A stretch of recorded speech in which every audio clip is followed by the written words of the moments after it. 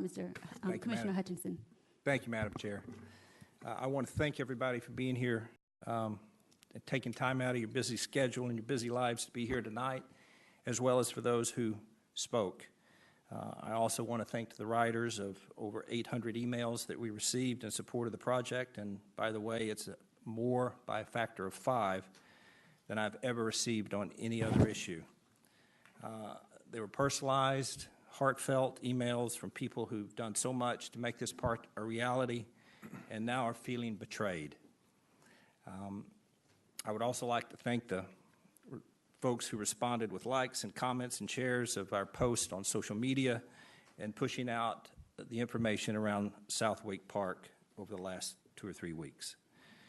But mostly, I'm sorry that you have to be here. I feel angry, I feel frustrated, I feel saddened, and I know many of you in the room are feeling the same way. Many of you know, or might know, that my career for the last 20 years has been a supporter of open space, parks, and greenway. Known locally as Mr. Green Jeans, I've led numerous bond referendums over the last 18 years to purchase over 7,000 acres of open space, expanded and improved numerous parks, and built a greenway system that is now over 200 miles in Wake County alone. During my tenure, and prior to being a commissioner, I had been before commissions, both Republicans and Democrats, conservatives and liberals, both those on the far left and the far right. And throughout my 18-year tenure, I have never, ever received anything but praise and appreciation for this work that we're doing preserving open space and parks in the most beautiful place in America, which, by the way, has some of the greatest biodiversity on the entire planet. I was instrumental in getting Wake County to set a goal of preserving 30% or 165,000 acres of permanently protected open space, which we have a long way to go.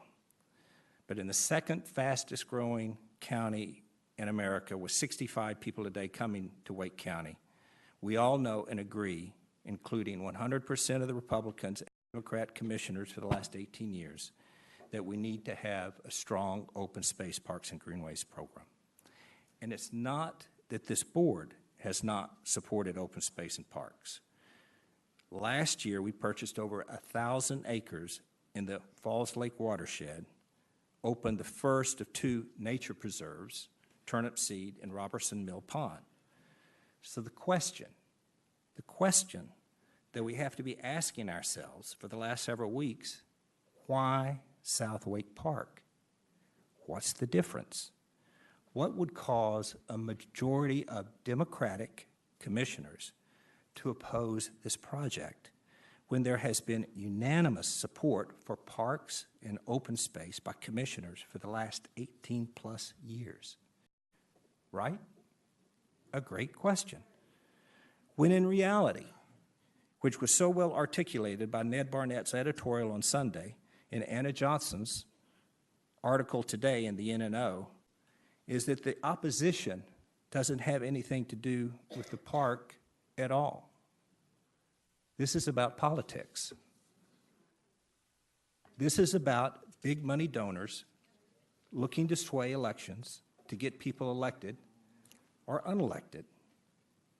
This is the type of gamemanship that when Democrats rail against the Koch brothers, but it's fine when we do it within our own party or the money is for our folks.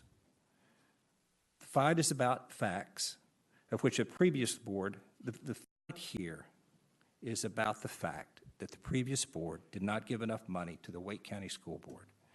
And even though we did it more and faster than any board in the history of this county, for these large donors, it wasn't enough.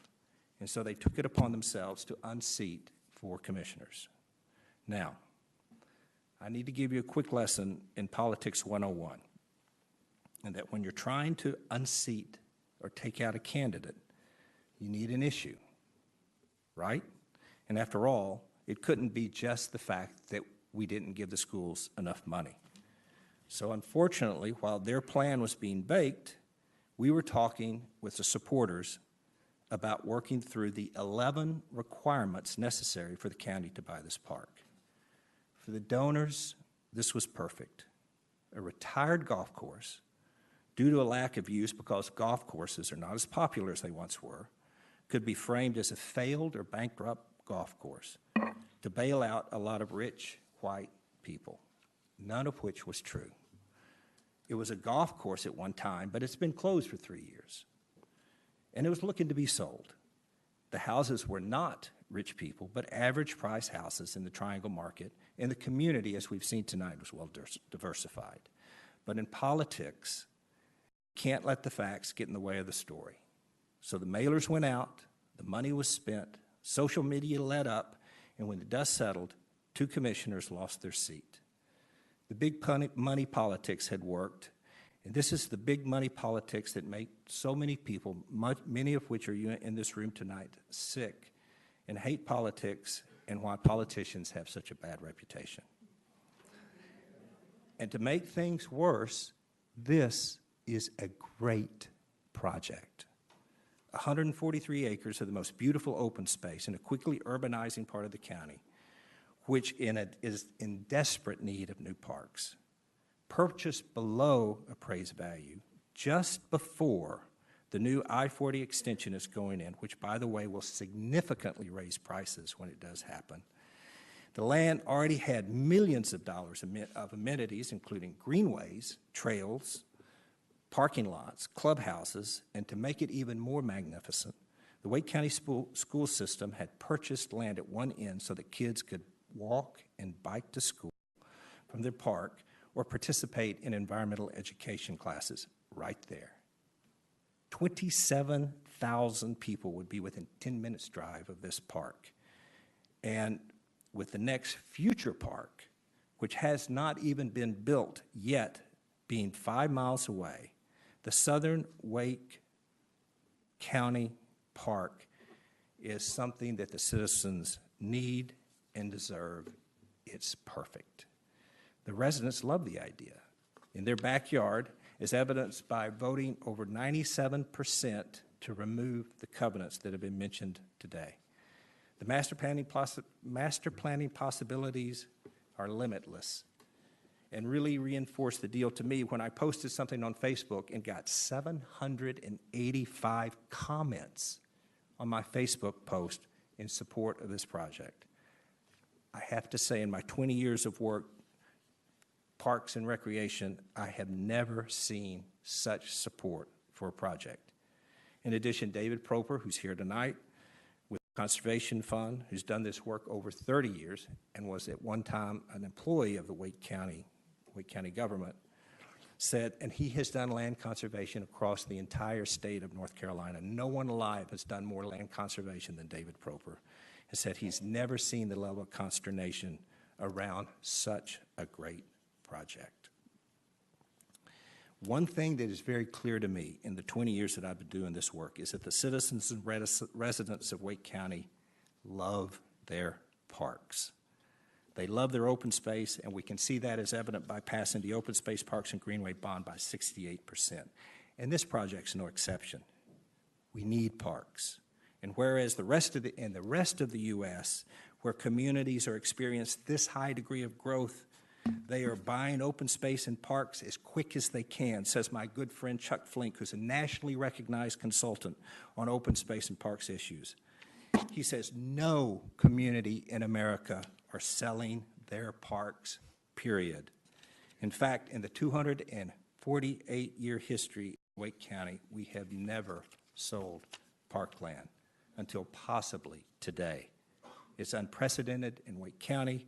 It's unprecedented in this country, and all of these things are by Democrats.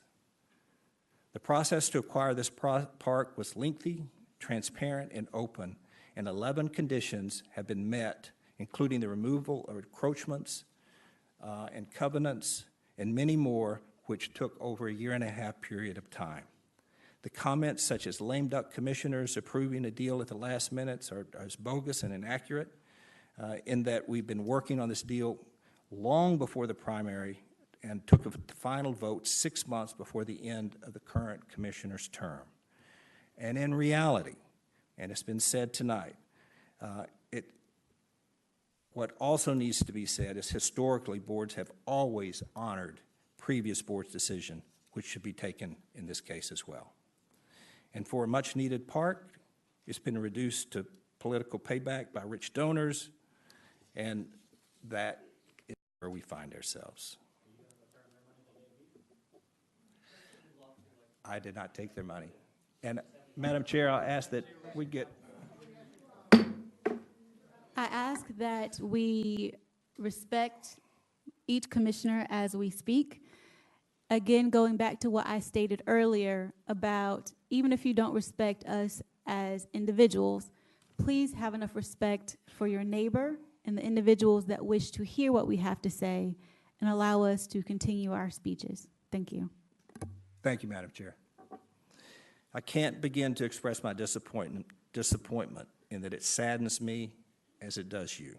But friends, we live in a great country, which is governed by the rule of law, and I would encourage the folks in this room to take every opportunity that it legally affords them to stop this action if this vote does happen to go forward to sell this beautiful park.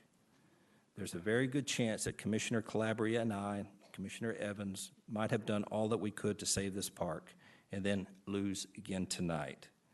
But as an eternal optimist and knowing the great country that we live in and that elections do come around again, and knowing that this is truly a great historic project, I would offer that the fight tonight is not over, but in fact, just beginning. Thank you very much.